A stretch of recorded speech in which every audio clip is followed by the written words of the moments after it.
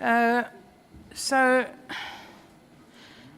Mr. Mchunu, I'm really struggling to understand what all this fuss is about. None of this information is new. I put this to General Masemola as well.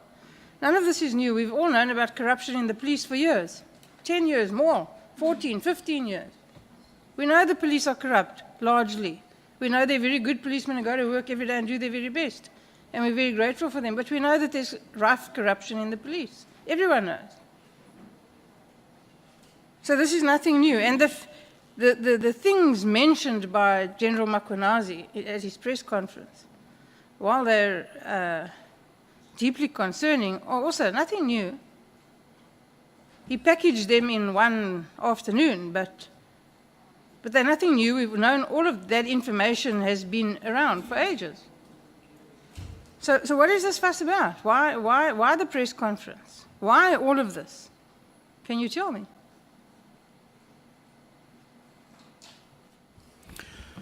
That's, thank you very much. That's exactly one of the intriguing questions that we have to grapple with, both internally in SAPS, but also in Parliament in general, in the whole public. That there are things that are refusing or resisting to change. For instance, there's a perception out there, I don't want to lie, that SAPS is corrupt, or there is corruption in SAPS. That is persisting. There's corruption in SAPS. The perception that says crime is not under control. And I've always said, yes, crime may not be under control or is not under control, neither is it out of control. But there's a concern there, running general. And I did, in my interactions with police, say, the character of crime in the country is also featuring certain specific geographical areas in each province, known people or groupings of people, as an ongoing characterization of criminality in South Africa. And that I'm worried about that, and I don't think that we can't overcome that. But I would say it in response directly. On the side of crime and corruption, maybe pointed at, but within SAPS, let us wait until this ad hoc committee finishes its work or completes its work, until Madanga also completes their work, to have a full spectrum or a fuller spectrum of the extent of what we see now in reality. And I believe that we'll see a particular extent, and we'll then be able to say, let's then apply our mind to say, what do we do with all of this in terms of extent and depth? But it's a concern. It's concerning. There's hardly a day you hear when, there's hardly a day that passes without you hearing of this corruption or not corruption, that omission or not, and so on. So if you are sharing a concern with me, I'm sharing also, I'm saying that I share that concern. And at some point, maybe this time around, we need to bring or minimize these concerns substantially. Otherwise, it can't be a permanent perception and a permanent feature that people have these problems and concerns around South African Police Service. Thank you, Minister. Well, you see, that's part of the problem. Part of what I'm asking you is really, why now? We've known about this for more than 10 years. I've known about it, you've known about it, everybody in this room has known about it. And only people who don't know about it are people who clearly live under a rock. And so it can't be the job of South Africans, it can't be the job of this committee, it can't be the job of the Madlanga Commission to tell you, and in fairness, you're a new appointment, but you're the minister, you must take the heat, to tell you and the senior management of the South African police how to deal with crime or what the problems are. Why don't you know it? Why does your management not know it? Why is there no discipline in the South African police service? Why is crime intelligence such an inordinate, absolute mess? And why hasn't it been fixed? We wouldn't be here if this had been addressed when it should have been addressed. And why hasn't it been?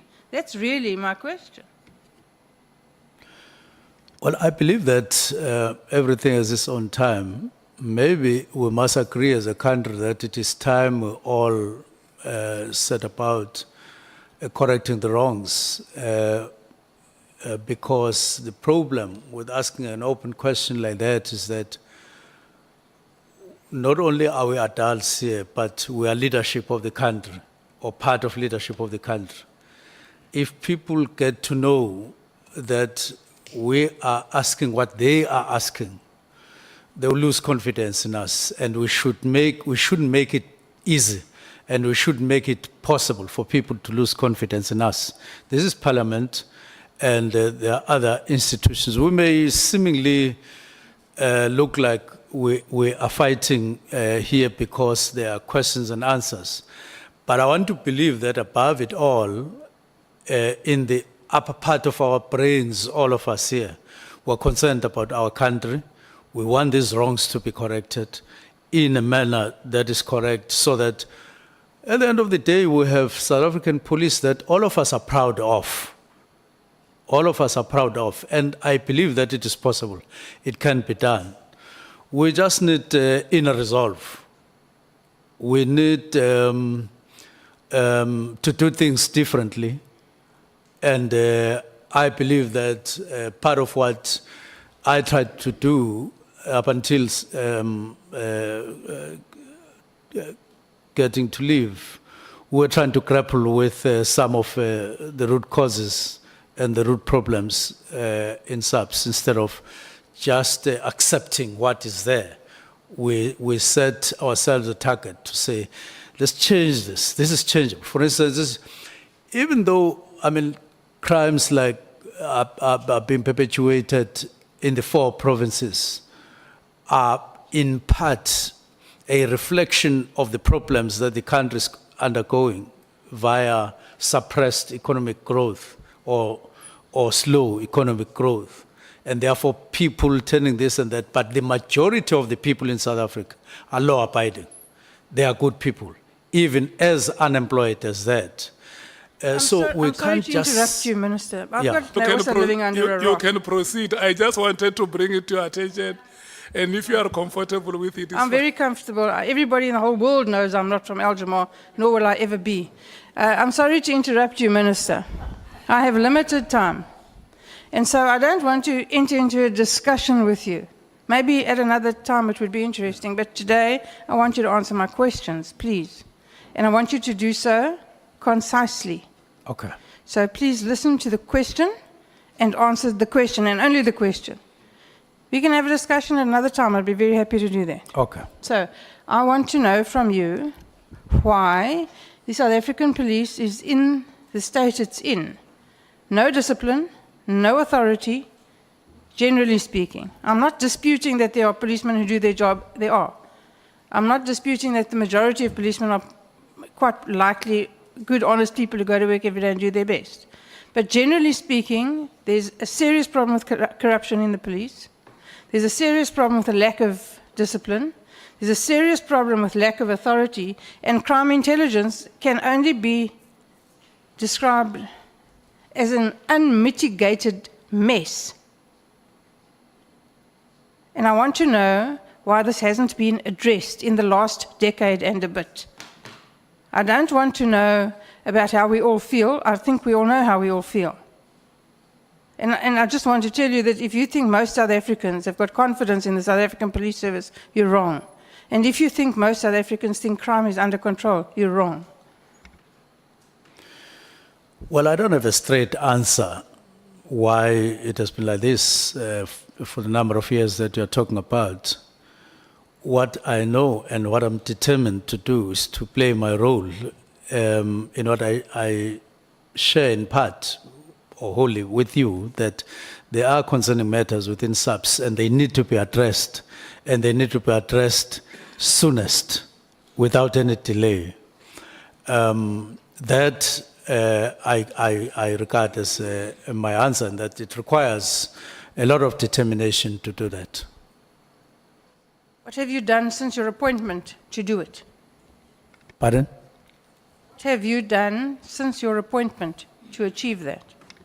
Now, the first thing, or part of what we have done, is to insist that this is an organization, and it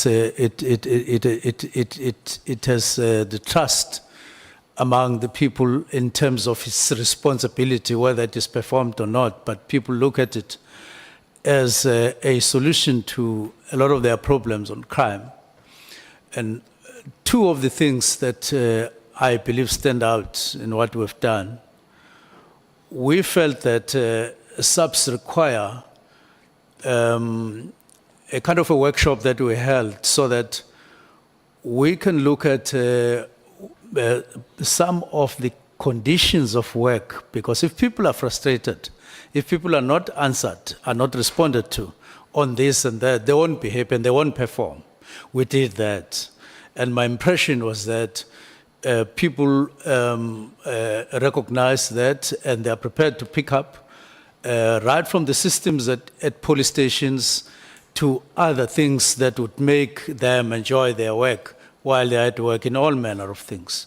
We then called the summit to endorse that, and we've begun to implement that since we got appointed. We have gone to districts with an insistence that a police station must be regarded as something very important. And we were on our way to doing so, because my sense was that we don't have a high regard in terms of the value of a police station, other than just generalizing. You're starting to have a discussion again. Please stick to the question. Pardon? You're starting to have a discussion again. Please stick to the question. And Yes. when you refer to we, are you referring to yourself? Are you using the royal we? Or Yes. is it just you? Yes, I'm referring to us as ministry and top management. I see. Okay. So those are some of the things that we've started doing and emphasizing. That let's do the work, let's make sure that all the units are able to do their work, and then we restructure. We're in the process of restructure. I was quite happy with the outcome of our engagement. Like I said, the creation of a new division, like I said, the implementation of the new structure was promising to me, because those were practical things that you realize, if implemented, would be able to deal with some of the problems that we have. Because at the center of everything is when people feel safer and safer, instead of them feeling more and more vulnerable, which I believe was the trend that we needed to cut. You said earlier today that you have the telephone number of Mr. Breytenbach on your telephone. That I have the cell phone number, yes. Why? It's because I've known him from 2017, and I've been using that number. Why have you known him since 2017? And what do you use the number for? Why didn't I? Why have you known him since 2017, and what do you use the number for? No, we're just talking... About what? Look, let me explain, Breytenbach. To me, there are more and more things that are coming out that I didn't know about Breytenbach. I knew him just like I got to know you. Nothing else. Just know you as a member of parliament. Then we go on. And then in the course of time, especially recently, I got to know things that I never got to know when there were no current problems, and which then put that question to say, so why would Brown say he's at Lusisi with me and create that impression when it's not? Why would he take a posture that whatever he says to other third parties, it is because he has had a discussion with me and so No, on? Minister, that's not what I asked you. You must please listen more carefully to the questions, and it will get done so much more quickly. I asked, what do you talk to him about? Why do you need to use his cell phone number? Not about what he says about you. I'm not interested in what he says about you. That is part of my answer.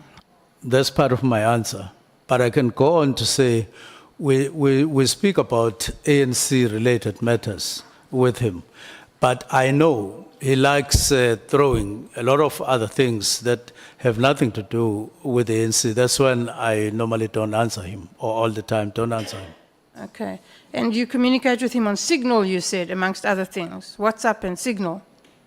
That I do what? You communicate with him on WhatsApp and Signal, you said. Yes, because he said he has it and I have it. Yes. So normally people communicate on Signal when they want to be sure that nobody else can read their correspondence. So what are you talking to him about that you're trying to hide? Same matters, there's nothing more. So this issue between General Mchunu and yourself and Masemola and Sabia, this is just a factional battle in the South African Police Service. Is that what we must accept? It's a battle for power. The head of the Hawks position is becoming available, or is available. Masemola is due to retire soon. Is this a factional battle? Have we been called here to sit here for days and hours on end to deal with a factional battle in the South African police?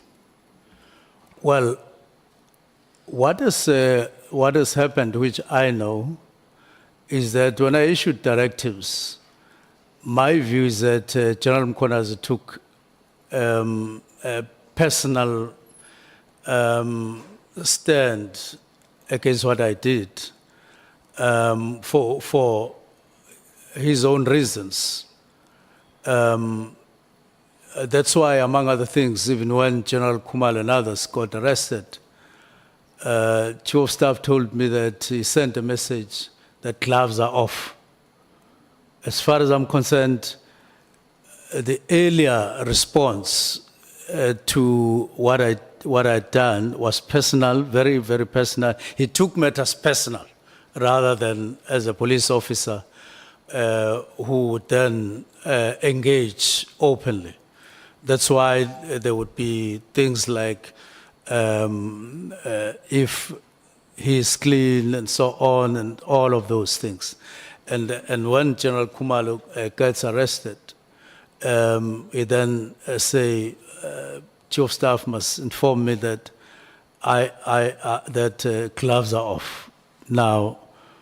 So in my view, all that has happened, the trigger on these matters that we find ourselves on here, the trigger is the directives. That's the first trigger. The second trigger is the arrest, where General Mchunu kind of take a personal posture into matters of subs, which are not necessarily his personal, is part of that. Yes, of course, he's got a job to do. Do you think that you are entitled, in terms of the prevailing legislation, to give the directive that you gave? Do you think that as minister you have that authority? Or do you think that you've overstepped the mark? I have not exceeded the mark. I would not have done that if I ever thought that I would be operating or may be operating outside legislation. I have never done so in the past. All my portfolios that I got deployed to, It's I've fine, never you've done answered so. the question. Yes. Thank you. Did you discuss issuing this directive with Advocate Pikoli? Yes, I did discuss with him. I didn't discuss him that I intend to. I said, here is the letter. This is what is contained here. please comment, and he did comment, and then I proceeded. What was his comment? Well, his response was to correct certain matters. I can't remember this and that, but generally, part of the comment was that you are within the law, you are within the Constitution. It did make that comment. Fine. Now, General Masemola has taken exception to your directive. He ostensibly gives effect to it, but in fact, as you call it, the National Political Killings Task Team is still functioning, according to General Masemola. So he has, in fact, disobeyed you. I can't get your question clearly. General Masemola says that, A, he thinks that you can't give him this directive, Oh, yes. but he regards you as his boss, which I find horrific. And he will give effect to your instructions, but he has not done so. The task team has not been closed down. So what are you going to do about that? Well, that took me aback. I was taken aback when National Commissioner spoke like that, because it means that it would have meant that, or it meant that, on one hand he agreed, on the other he didn't agree. When he sent the letter from his office, or when his office sent the letter on the 3rd, when he made the presentation, when he wrote to me on the 22nd, when he made the presentation or okayed the presentation on the 5th and the 6th, what I understood him to be doing was that we were in agreement that we have to wrap. I had no other hidden side or feeling that, in fact, he was not, were not together on the matter. He had not done that before. The question, Minister, was what are you going to do about it? This other long story is interesting, but it's inappropriate. What are you going to do about it? Well, I'm on leave at the moment. The country is faced with what they regard as a national crisis. We're sitting here day in and day out, and you're on leave. The minister's on leave, and that's more important. I didn't impose leave on myself. I am on leave. That is the fact of the matter. Are you on special leave? Yes, I'm on special leave. Thank you for that. I see.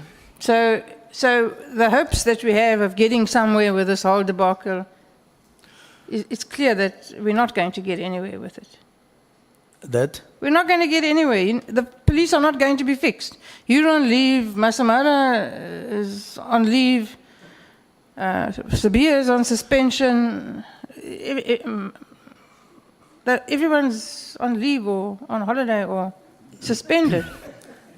And nothing's going to happen. And what must we do with all of this? The top structure of South African police are either on leave or in bed. If I had my way, I wouldn't be on leave. I wouldn't even be here doing what I'm doing. I would be proceeding with the work that we're expected to do in subs so that people feel safer. So once these matters are aside and the President decides on post these commissions, then we are quiet at the moment, and things are not the way they should be, like being on leave and so on. But as I say, my wish is that I was carrying on with the work, implementing the structure and fighting crime together with the police. If we're going to be waiting for the President, Minister, then we all know that we're going to be waiting a very long time. But you talk about people feeling safe. I just want to tell you this, that this afternoon, there was a mass shooting in Westbury in Johannesburg. 2 people are dead, and many children were injured, some of them critically.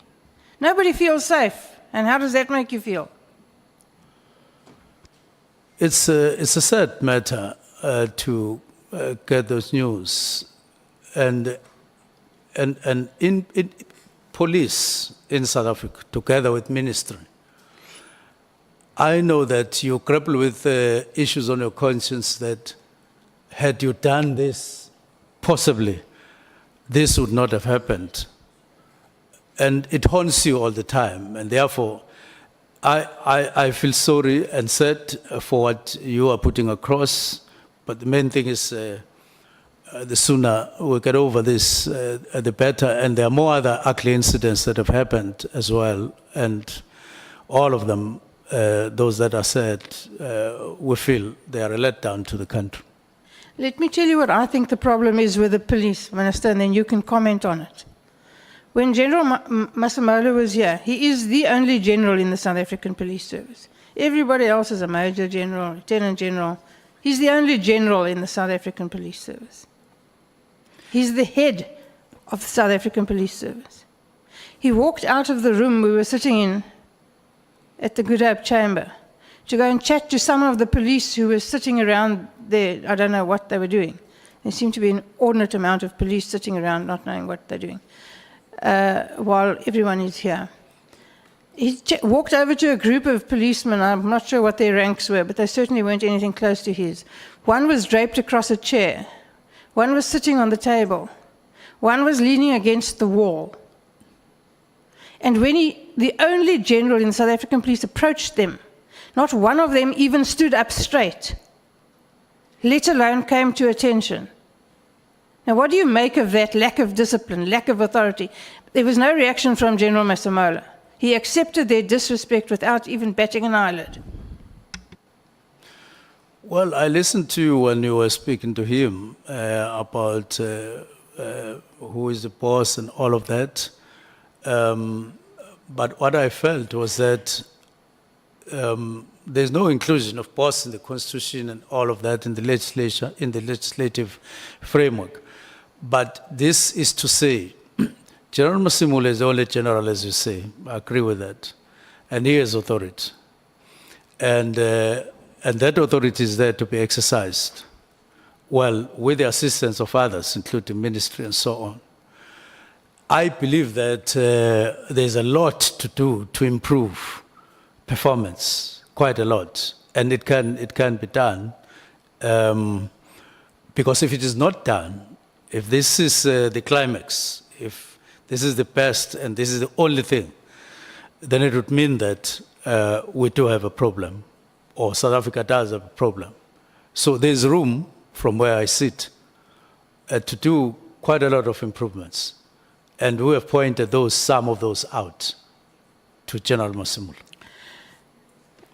You mentioned, it may have been yesterday, all these days morph into one, it feels like a lifetime, about a particular clip on the tape that you referred to that demonstrated that you were in fact threatened. Now, you haven't been able to produce that. Why not? No, I have explained. You may take, you may not take the explanation. General Mchunu had a conversation with Chief of Staff on the 2nd of January. And one of the things they spoke about was to say that if minister is clean while he was premier and so on, so he can go on with the directives. I know what he said. I want to know why you can't identify where it is on the tape so that we can hear it. No, at that time, he had not started recording. He only started when they continued with the conversation in other days, like on the 3rd, on the 4th, and on the 5th, but not on the 2nd.